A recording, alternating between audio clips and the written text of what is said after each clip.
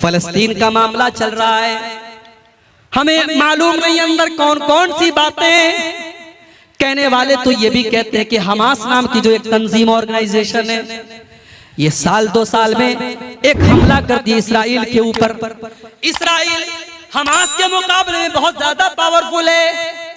ये 2-4 रॉकेट छोड़ करके उनके 10-20 लोगों को मारते हैं, फिर उधर से मिसाइलों की बमबारी होती है और बेकसूर फलस्तीनी मारे जाते हैं। मेरे भाइयों, हकीकत क्या है, हम इतनी दूर से बैठ करके सारे हालात का तजिया नहीं कर सकते, मगर हमें ये हालात देख करके दुख होता है कि बहतों मुसलमान का खून रहा है, छोटे छोटे बच्चों की लाशें बिछ रही हैं। चाहे हमास का, अगर हमास का हमला इसराइल के अंदर आम शहरियों पर और नागरिकों पर हो रहा है और उनके बीवी बच्चों को मारा जा रहा है, तो इसको भी हम जायज नहीं करार दे सकते। और इसराइल जवाब में अगर कार्रवाई कर रहा है और फलस्तीनियों को मार रहा है, तो ये भी नाजायज है। आखिर इसराइल को वो धरती तो फलस्तीन से ही मिली थी, वो इलाका तो फलस्तीन का इलाका था जिसे आज इसराइल ने हथिया लिया और धीरे धीरे फलस्तीन पर वो कब्जा करता चला जा रहा है। याद रखो, आज मीडिया भी बिल्कुल एक तरफा आज फलस्तीन के खिलाफ और इसराइल की हिमायत में बोल रहा है, जबकि मीडिया वालों को ये जान लेना चाहिए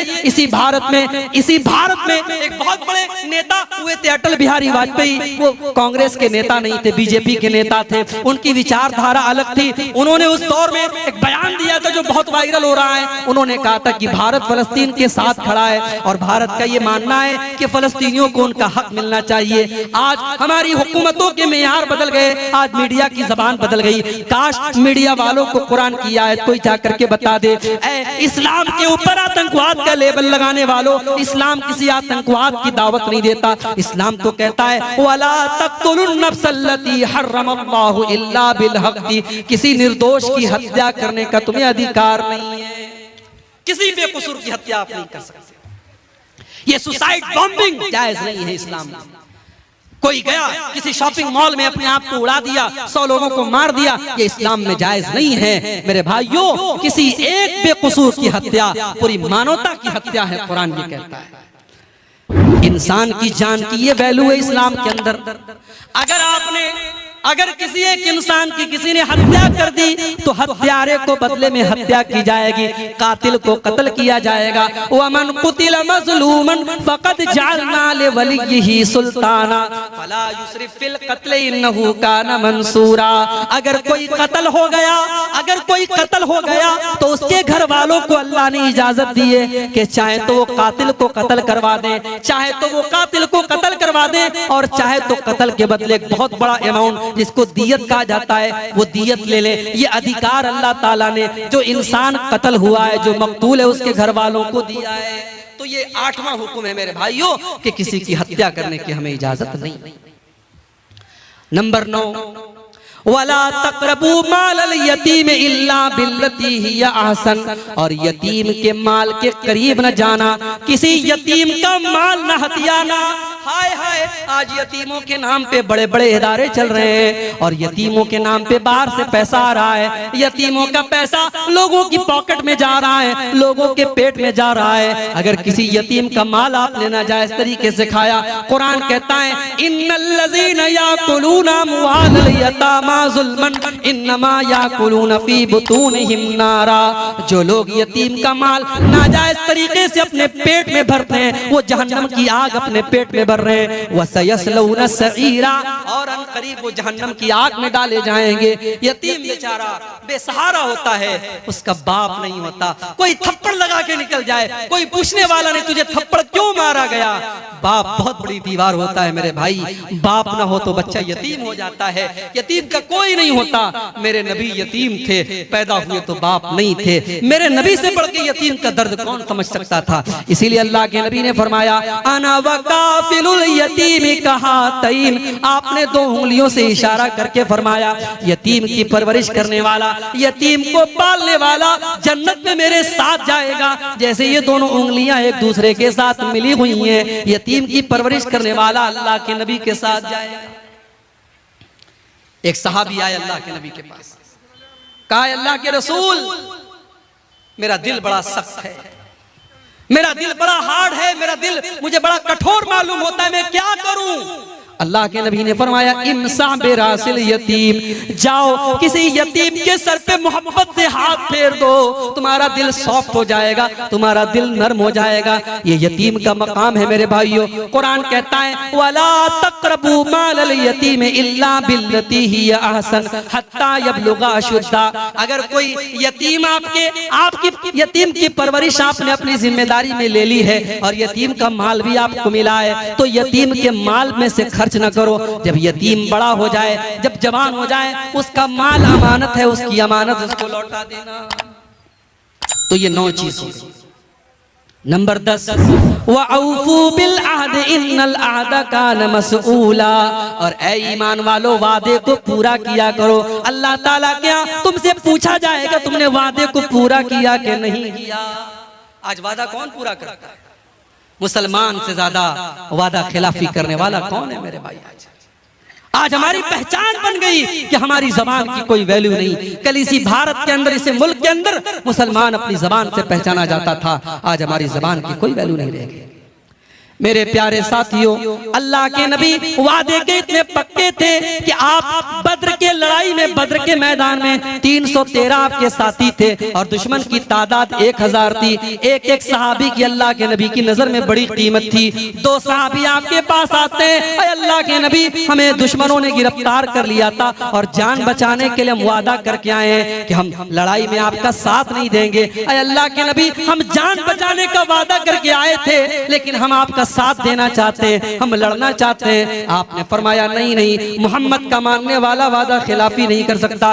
जाओ, मेरे साथियों की तादाद कम है, मैं इसको बर्दाश्त कर लूंगा, मगर मैं वादा खिलाफी करके तुमको जंग में शामिल नहीं कर सकता। आपने दोनों को वापस कर दिया। ये थी मेरे नबी की। मेरे नबी इस तरीके से अपने वादे को पूरा करते थे। वादे का एक मकाम होता है मेरे भाई, वादे की वादा खिलाफी करने वाला मुनाफिक होता है। मुनाफिक की निशानी है जब बात करे तो झूठ बोले, जब वादा करे तो वादा खिलाफी करे, और जब अमानत रखी जाए तो खयानत। 9 चीजें हो गई। 10वीं चीज फरमाया वअऊफू बिल कौल इज़ा वअऊफू बिल कैल इज़ा किल्तुम वज़िनू बिल क़िस्तासिल मुस्तक़ीम। और ऐ ईमान वालो, जब तुम कोई सामान नाप करके दिया करो तो पूरा पूरा नाप करके दिया करो, उसमें कोई कमी न किया करो। वज़िनू बिल क़िस्तासिल मुस्तक़ीम, और तुम्हारा तराजू बिल्कुल सही होना चाहिए। आज मुसलमान का तराजू भी सही नहीं, उसकी नाप तौल भी सही नहीं। आज कितने ऑनलाइन जुआ के ऐप आ रहे हैं, हमारा नौजवान जुआ खेल रहा है। कोई क्रिकेट पे जुआ लगा रहा है, कोई फुटबॉल पे जुआ लगा रहा है, कोई टेनिस पे जुआ लगा रहा है। अब तो ऑनलाइन जुआ खेला जा रहा है।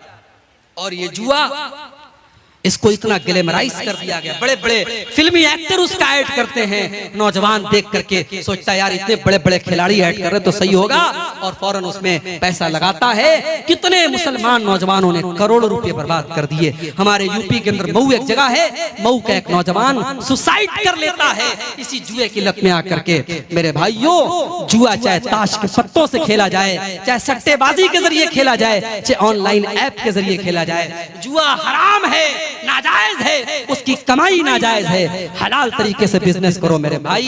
अल्लाह कह रहा है ज़ालिका खैरुन व अहसनु तावीला। नाजायज तरीके से अगर तुम पैसा कमा भी लोगे, वो पैसा तुम्हें अच्छे अंजाम तक नहीं पहुंचा पाएगा। हलाल तरीके से पैसा कमाओ, जायज तरीके से पैसा कमाओ, इसका अंजाम बेहतर है। उसके बाद फरमाया वला तक़्फ़ु मा लैसा लक बिही इल्म, वला तक़्फ़ु मा लैसा लक बिही इल्म। जिस चीज की तुम्हें जानकारी नहीं है उस चीज के पीछे मत पड़ो। इन्नस्समा वल बसरा वल फुआद कुल्लु उलाइका कान अन्हु मसऊला। अल्लाह ताला के कान का भी हिसाब लिया जाएगा। कानों से क्या सुना था आपने, ईयरफोन कानों में लगा लिया, क्या क्या गाने तुम सुन रहे हो, क्या क्या चीजें तुम सुन रहे हो। आज तो गाली गलौज भी सुना जा रहा है। आज तो ऐसी ऐसी वेब सीरीज आ गई उसमें गाली गलौज भी दिया जा रहा है। वल्गर बातें भी की जा रही हैं। तुमने अपने कानों में हेडफोन लगाकर और ईयरबड लगा करके तुमने क्या क्या सुना है, अल्लाह क्या उसका भी हिसाब देना पड़ेगा। इन्ना समा वल बसरा, तुमने आंखों से मोबाइल की स्क्रीन पर क्या क्या देखा था। हो सकता है तुमने ब्राउजर की हिस्ट्री से डिलीट कर दिया, हो सकता है तुमने यूट्यूब की हिस्ट्री से डिलीट कर दिया, हो सकता है तुमने फेसबुक के रिकॉर्ड से डिलीट कर दिया, लेकिन तुमने फेसबुक पर क्या क्या देखा, तुमने यूट्यूब पर क्या क्या देखा, तुमने मोबाइल की स्क्रीन के ऊपर क्या क्या देखा, अल्लाह के फरिश्ते सब रिकॉर्ड कर रहे हैं, किरामन कातिबीन सब नोट कर रहे हैं, और अल्लाह के उसका भी हिसाब देना पड़ेगा। वल फुआदा, और तुम्हारे दिल और दिमाग में कौन कौन से गुनाहों की प्लानिंग चली थी, कौन कौन से गुनाहों का तुमने इरादा किया था, कौन कौन से गलत काम करने की तुमने प्लानिंग की थी, अल्लाह क्या उसका भी हिसाब देना पड़ेगा। इस एक आयत को हम सामने रखें तो शायद मोबाइल का गलत इस्तेमाल करना हमारा नौजवान बंद कर दे। अल्लाह क्या हिसाब देना पड़ेगा मेरे भाई। कहीं ऐसा ना हो कि हमारे मोबाइल का गलत इस्तेमाल हमारी नेकियों को बर्बाद कर दे, हमारी नमाजों को बर्बाद कर दे, हमारे हज और उम्रे को बर्बाद कर दे। बड़ा नाजुक दौर है मेरे भाई। 3 साल के बच्चे से लेकर के 70 साल का बूढ़ा आज मोबाइल इस्तेमाल कर रहा है, और वो क्या देख रहा है मोबाइल पर, वो या तो उसका मोबाइल जानता है या उसका रब जानता है, और अल्लाह सब हिसाब लेगा। इन्न समा वल बसर वल फुआद कुल्लु उलाइका काना अन्हु मसऊला, तुम कानों से, आंखों से और दिल से क्या कर रहे हो, सबका हिसाब देना पड़ेगा। नंबर 14, वला तमशी फिल अर्ज़ि मरहा, और जमीन में तुम अकड़ करके न चला करो।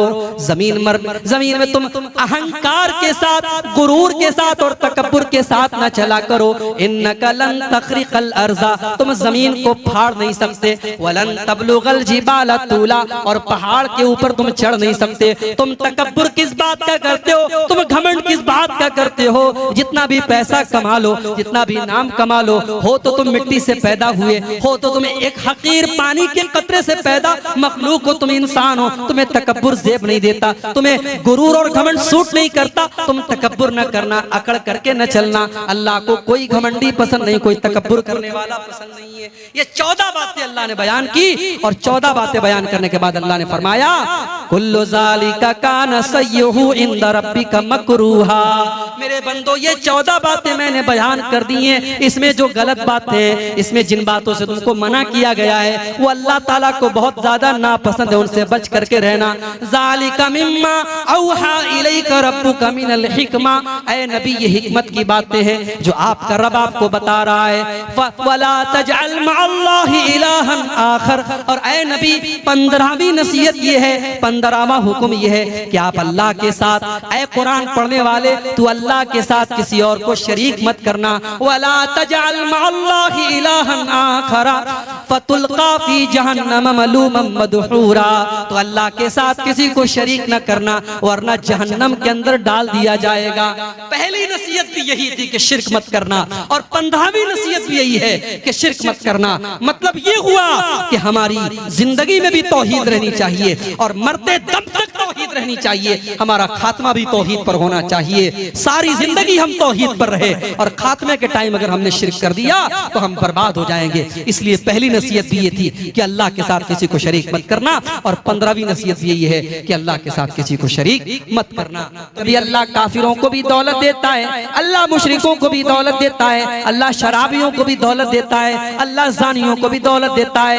इन्ना रब्बका यबसुतुर रिज़्क़ लिमन यशाउ व यक़दिर, अल्लाह जिसको चाहता है रोजी खोल करके देता है, और जिसको चाहता है रोजी तंग कर देता है। अल्लाह की रोजी का निजाम उसके हाथ में है। आप जरूरी नहीं है कि आप अल्लाह को नाराज करें तो आपको तो रोजी न मिले, और जरूरी नहीं है कि आप बहुत मुत्तकी और परहेजगार है तो आपको रोजी मिले।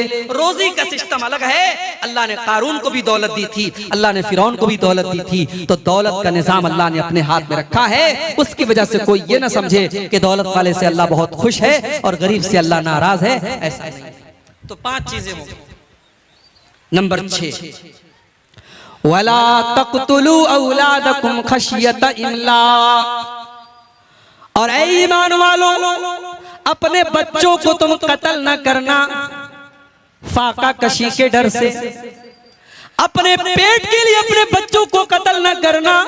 नहनु नर्जुकुहुम व इय्याकुम, तुम्हारे बच्चों को भी रोजी हम देते हैं और तुमको भी रोजी हम ही देते हैं। इन्न कत्लहुम कान खितअन कबीरा, औलाद को कत्ल करना बहुत बड़ा गुनाह है। उस जमाने में लड़कियां पैदा होती थी तो लड़कियों का बाप अपने हाथ से अपनी बेटी का गला दबा करके उसको कब्र में दफन कर देता था। अपने हाथ से बेटियों को धक्का दे करके गड्ढे में डाल देता था और जिंदा गाड़ देता था। उस समाज में ये जुल्म भी होता था। कुरान में अल्लाह बयान करता है वइज़ा बुश्शिरा अहदुहुम बिल उन्सा ज़ल्ल वजहुहु मुस्वद्दन व हुवा कज़ीम, जब किसी बाप के घर में लड़की पैदा होती थी तो लड़की के बाप का चेहरा काला पड़ जाता था। यतवारा मिनल कौमी मिन सुई मा बुश्शिरा बिही, वो बेचारा अपना चेहरा अपनी कौम को दिखाता नहीं था। अयुमसिकुहु अला हुनिन अम यदुस्सुहु बित्तुराब, उसके सामने दो रास्ता होता था। अगर बेटी को पाले तो समाज में जलील होना पड़ेगा, और दूसरा रास्ता ये कि अपने हाथों से अपनी बेटी को जमीन के अंदर दफन कर दे, गाड़ दे। बेटियों को गाड़ दिया जाता था।